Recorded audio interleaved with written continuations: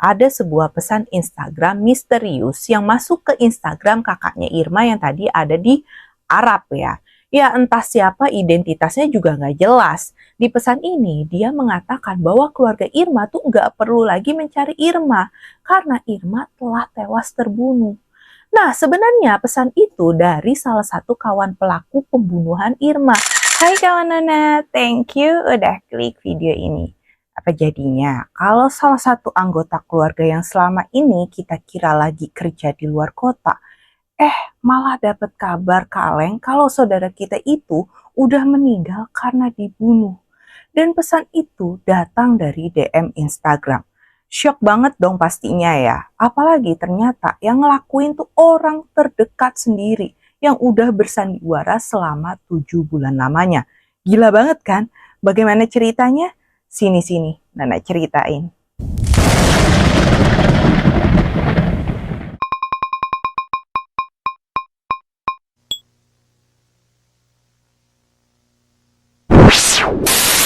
Sebelum mulai ceritanya, Nona mau disclaimer ya, cerita ini dibuat berdasarkan berita-berita yang sudah beredar dan diterbitkan oleh beberapa media publik yang Nona rangkum dan ceritakan kembali dalam bentuk alur cerita.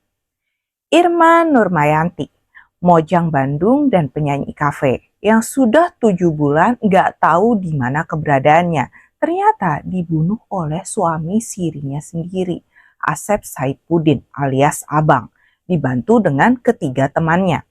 Irma ternyata selama ini terkubur di belakang rumah pelaku itu sendiri di Kecamatan Pacet, Kabupaten Bandung, Jawa Barat.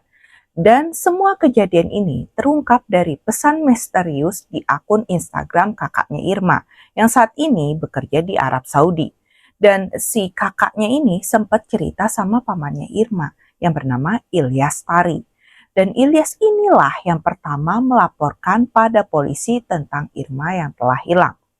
Lalu siapakah Irma dan Abang? Kenapa kisah rumah tangga mereka bisa serunyam ini? Kamu harus dengerin ya, pokoknya ini tuh cowok udah red flag, toxic abis juga. Irma Nurmayanti atau dikenal juga Irma Novitasari adalah ibu beranak satu yang masih berusia 24 tahun. Irma yang cantik ini sehari-hari bekerja sebagai biduan kafe. Irma dikenal sebagai sosok yang pendiam kalau di lingkungan rumahnya. Tapi kalau di luar rumah pergaulannya tuh cukup luas ya. Nah Irma adalah bungsu dari 3 bersaudara. Dari kecil Irma hanya tinggal dengan ayahnya yang bernama Apep Bahtiar. Karena dua kakak Irma dan ibunya tinggal di tempat yang berbeda setelah ayah dan ibunya Irma ini bercerai. Jadi dari sekitar umur 4 atau 5 tahun Irma ini tuh sudah jadi anak broken home ya. Kurang lebih gitu ceritanya.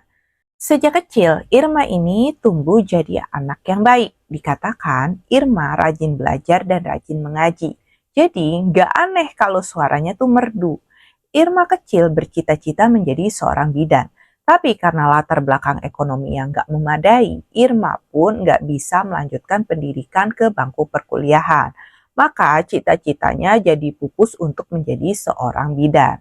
Tapi Irma nggak putus asa begitu aja. Irma memilih memanfaatkan keahliannya yang lain, yaitu bernyanyi. Dan disitulah Irma mendapatkan nafkah untuk dirinya sendiri. Irma juga seorang ibu yang sudah memiliki satu orang anak berusia 6 tahun. Anak ini hasil pernikahan pertama Irma. Tapi pernikahan Irma ini tuh nggak berjalan langgeng, hanya sebentar dan harus bercerai. Gak butuh waktu lama, akhirnya Irma menikah lagi dengan Asep Saipuddin alias Abang. Gak tahu nih ya, mereka tuh kenalnya dari mana. Tapi tiba-tiba aja nikah, dan nikahnya itu hanya nikah siri. Jadi hanya nikah agama ya, gak tercatat di KUA. Dan pernikahan Irma yang kedua ini merupakan pilihan yang sangat fatal buat Irma. Asep Saipuddin yang baru berusia 23 tahun ini ternyata bukanlah cowok baik-baik. Walaupun berasal dari keluarga kaya yang berduit, kelakuan Asep ini suka bikin geleng-geleng kepala. Asep ini pernah beberapa kali terjerat kasus narkoba. Dia sempat ditangkap, tapi ya akhirnya bebas karena uang yang dimiliki orang tuanya. Nah, orang tua Asep ini dikenal kaya memang ya di kampungnya itu. punya showroom mobil, ada juga usaha-usaha lainnya. Bahkan kalau di kampungnya itu bapaknya Asep ini dipanggil dengan sebutan Pak Haji. Pak Haji gitu ya. Dan Asep sendiri juga dihormati di kalangan teman-temannya. Dia tuh dipanggil Bos Asep gitu ya. Asep tinggal di kampung Ciburial, Kecamatan Pacet, Kabupaten Bandung. Di sini juga Asep dan Irma tinggal setelah menikah. Nah, di pernikahan antara Asep dan Irma ini tuh sering banget terjadi cekcok. Padahal umur pernikahan mereka tuh baru sekitar 1,5 tahun. Harusnya tuh kan lagi anget-angetnya ya. Tapi mereka tuh sudah 2 kali bertengkar hebat. Sampai akhirnya Asep ini menalak Irma. Setelah ditalak, entah apa yang diiming-imingi Asep, Irma ini selalu mau diajak rujuk lagi. Padahal kelakuan Asep tuh nggak berubah. Makin parah iya, dia tuh suka berjudi, juga suka main perempuan. Sampai suatu ketika rujuk, Irma ini ternyata hamil anaknya Asep. Asep awalnya nggak tahu nih Irma lagi hamil, dan kelakuan Asep ya sama aja kan. Irma pun kesal dan memutuskan untuk mengaborsi kehamilannya. Saat itu usia kehamilan Irma baru 4 bulan. Karena saat itu pun ternyata Asep sudah menalak Irma kesekian kalinya. Udah muak banget nih ya Irma sama si Asep. Di bulan Desember 2023, Asep sempat mengajak Irma bertemu untuk membahas kelanjutan hubungan mereka. Karena Asep berharap anak dalam kandungan Irma itu bisa jadi penyelamat hubungan mereka. Tapi ya ketika bertemu, Irma ini bilang, aku udah gugurin anak itu. Bahkan Irma juga bilang Asep gak perlu lagi mendekati Irma karena Irma ini sudah memiliki sosok pria idaman yang lain. Nah, ini menurut pengakuannya si Asep ya. Dari situ Asep tuh naik pitam dan berniat untuk membunuh Irma. Oke, ini ada 2 keterangan atau bahkan beberapa keterangan ya. Yang pertama yang mengatakan adanya perselingkuhan itu dari mulutnya Irma sendiri. Jadi Irma yang cerita, kayak yang tadi Nona ceritain ya. Ada yang bilang juga Asep ini mendengar kabar dan ada saksi yang menyaksikan Irma berselingkuh. Jadi bukan dari mulutnya Irma. Yang akhirnya membuat Asep tuh jadi cemburu banget. Dari kabar itulah pada bulan Desember 2023, Asep ini mengajak salah satu kenalannya untuk menghabisi Irma. Namun, pembunuhan ini tuh nggak jadi lantaran rekan sekaligus saksi itu tuh menolak ajakannya si Asep. Rencana pembunuhan pertama yang gagal tersebut nggak membuat Asep ini mengurungkan niatnya untuk membunuh Irma. Setelahnya, Asep ini kembali mengajak rekan lainnya dan ajakan kali ini ketiga pelaku tuh menuruti permintaan dari Asep. Mereka adalah Abdul Ghani, Usman Soleh, dan Agus Kurnia.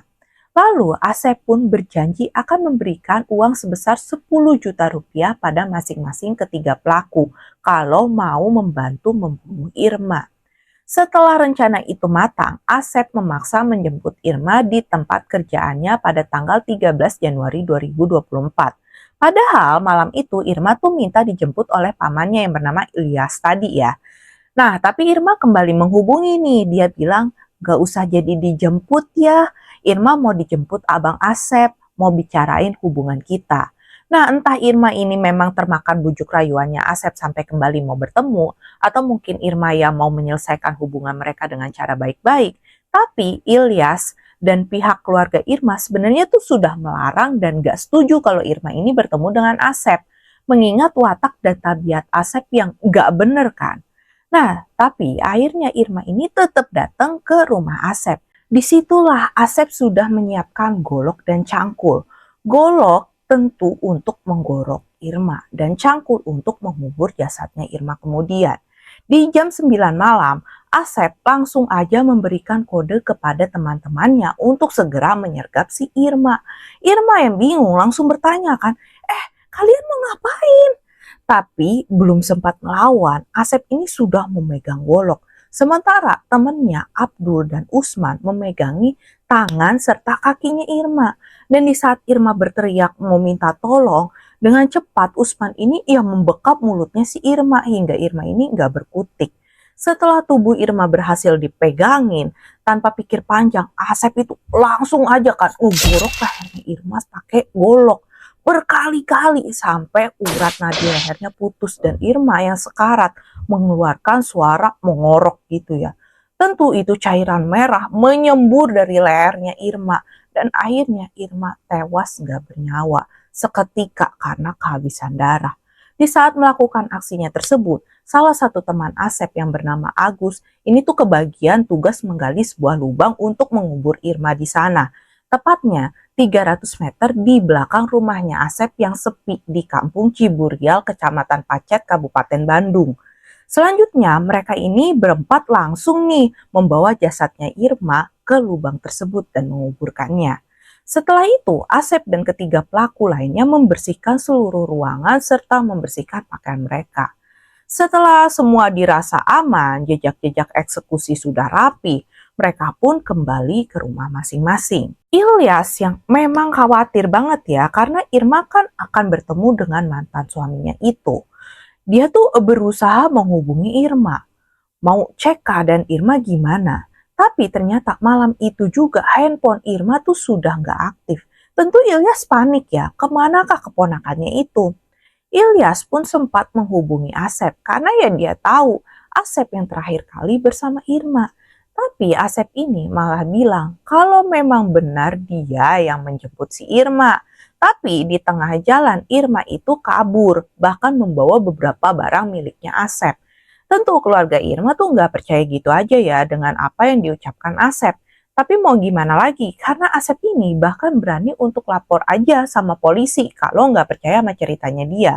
Dan harusnya dari saat itu juga ya keluarga tuh melaporkan ke polisi. Nyatanya mereka tuh masih berharap Irma bisa kembali pulang. Ilyas pun mencari keberadaan Irma ke teman-temannya Irma. Di mana nih Irma kan?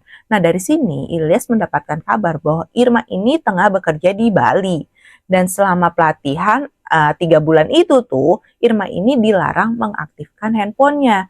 Dengan adanya informasi tersebut, Ilyas dan keluarganya Irma pun merasa tenang dan ya lega gitu ya. Dan juga jadi hilang nih rasa curiganya terhadap Asep karena merasa semua dalam kondisi baik-baik aja. Sedangkan Asep sendiri setelah membunuh Irma, 3 minggu kemudian dia tuh melarikan diri ke Kabupaten Bogor. Namun setelah 3 bulan berlalu nih ya, handphone Irma tuh nggak kunjung aktif. Keluarga pun kembali merasa khawatir dan mencoba mencari tahu keberadaan Irma kepada teman-temannya lagi. Keluarga kembali dibuat tenang setelah mendapatkan kabar jika bulan depan sudah diizinkan menggunakan handphone kembali ya karena sudah selesai pelatihan. Entah ini teman-teman Irma dapat kabar dari mana, apakah sebenarnya mungkin Asep yang berpura-pura jadi Irma atau mungkin Asep ya yang langsung mengabari teman-temannya Irma tersebut ya. Dan sebenarnya uang 10 juta yang dijanjikan Asep ini gak pernah ada ya Dir. Hilang itu bersama kaburnya Asep. Tapi ada nih salah satu dari pelaku yang dihantui rasa bersalah. Dan dia mencoba menceritakan kejadian malam pengeksekusian itu pada kawannya. Singkat cerita, ada sebuah pesan Instagram misterius yang masuk ke Instagram kakaknya Irma yang tadi ada di Arab ya. Ya entah siapa identitasnya juga nggak jelas. Di pesan ini dia mengatakan bahwa keluarga Irma tuh nggak perlu lagi mencari Irma karena Irma telah tewas terbunuh.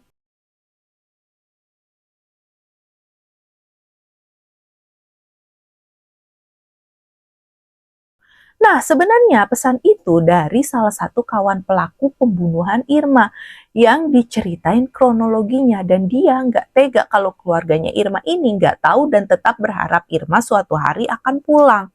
Tapi keluarga tuh nggak percaya begitu aja dan mereka nggak menanggapinya terlalu serius gitu ya. Mereka pikir ini tuh modus tipu-tipu gitu loh. Tapi Nona gemes juga ya. Saudaranya udah hilang berbulan-bulan, gak ada kabarnya, gak sampai lapor polisi tuh gimana kan? Cuma ya udahlah ya. Tapi sebelum lanjut ceritanya, jangan lupa dong buat like dan share cerita ini sebanyak-banyaknya. Jangan lupa juga buat subscribe channel Nona, biar Nona makin semangat berbagi ceritanya, oke? Gak ada tanggapan berarti nih ya dari keluarganya Irma tentang pesan misterius di Instagram itu. Di tanggal 28 Juli 2024 ada seseorang yang bernama Dedi yang tiba-tiba menghubungi keluarga Irma dan menceritakan kronologi eksekusi mengerikan itu. Informasi ini tentunya membuat keluarga Irma tuh terpukul banget. Mereka kaget, mereka nggak nyangka banget. Mereka pun segera melaporkan kejadian ini kepada pihak kepolisian diwakilkan oleh Ilyas pamannya si Irma ini. Polisi yang mendapatkan informasi ini langsung bertindak. Polisi pun langsung nih menuju ke rumah Asep untuk mengamankan Asep. Tapi ternyata kan Asep telah melarikan diri ke Bogor. Di saat itu, Asep pun diperiksa nih hingga setelah dilakukan beberapa tahapan pemeriksaan kepada si Asep. Akhirnya Asep mengaku dan dia juga mengakui dibantu oleh ketiga rekannya. Semua rekan Asep bisa ditangkap dan gak ada satupun dari mereka yang mengelak sudah melakukan pembunuhan keji terhadap Irma. Mereka juga menunjukkan di mana tempat mereka itu menguburkan Irma. Dan ketika polisi mengevakuasi tempat tersebut, iya benar aja dong. Mereka menemukan jasad Irma yang sudah jadi tulang belulang. Dan tentunya pihak keluarga jadi histeris banget ya. Mereka tuh nggak nyangka cekcok bisa membuat Asep ini menghabisi Irma sebegitunya gitu. Bahkan tega berbohong berbulan-bulan untuk menutupi semua kebenaran. Dan apabila nggak ada dari salah satu pelaku yang merasa bersalah, tentu mereka semua ini bisa hidup bebas aja gitu. Dan keadilan untuk Irma pun nggak akan pernah terungkap. Polisi menjerat keempat pelaku dengan pasal 340 KUHP, pasal 170 ayat 3 KUHP, dan pasal 55 ayat 1.1 E KUHP mengenai pembunuhan berencana dengan ancaman hukuman penjara seumur hidup atau bahkan hukuman mati. Oke, sekian kisah kali ini yang gila banget kan, drama kayak di sinetron gitu. Yang pasti kalau udah emang red flag, ketemu cowok red flag, udahlah ya, nggak ada ampun. Jangan sampai mau balik lagi. Dan ya emang tragis banget ya ini nasibnya Irma. Ketemu cowok kayak si Asep. Padahal mungkin Irma ini kan cantik ya, bisa dapet yang lebih baik dari Asep. Gimana menurut kawan Nona cerita kali ini? Kamu bisa langsung komen apa pendapatmu dan juga bisa kasih rekomendasi kasus-kasus apalagi yang pengen Nona bahas. Dan tentunya kalau kamu suka video ini, jangan lupa untuk like, subscribe, dan tekan tombol loncengnya biar Nona makin semangat untuk menghadirkan kisah-kisah yang pastinya nggak kalah seru untuk dibahas. Bye! La la la